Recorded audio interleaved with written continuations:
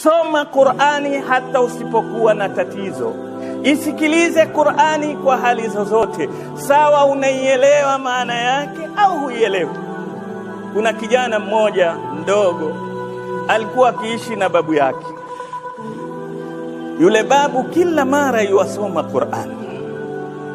Yule kijana siku moja akamwambia babu, natamani niwe kama wewe, lakini tatizo langu sielewi maana yake hii Qur'ani, lakini natamani mimi kila leo niwe niasoma kama vile uradi wako ni Qur'ani tu, na mimi niwe hivyo, lakini kwa kuwa sifahamu maana yake itanisaidia nini?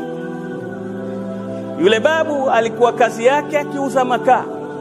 Achukua makaa kwenye kapu lake, ndanalo sehemu anauza makaa kiwa kwenye kapu.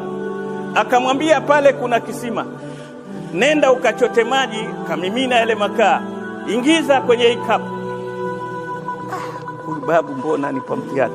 Kapu liingizwe maji, yatakaa kweli? Mara ya kwanza, ya pili, akiingiza akirudi tena hakuna kitu na ndoo yake, akiingiza akirudi yashamwagika. Akamwambia babu, haiwezekani, kapu haiwezi kubeba maji, kwa hivyo kwa faida gani? Akamwambia hapana, hujaingiza vizuri.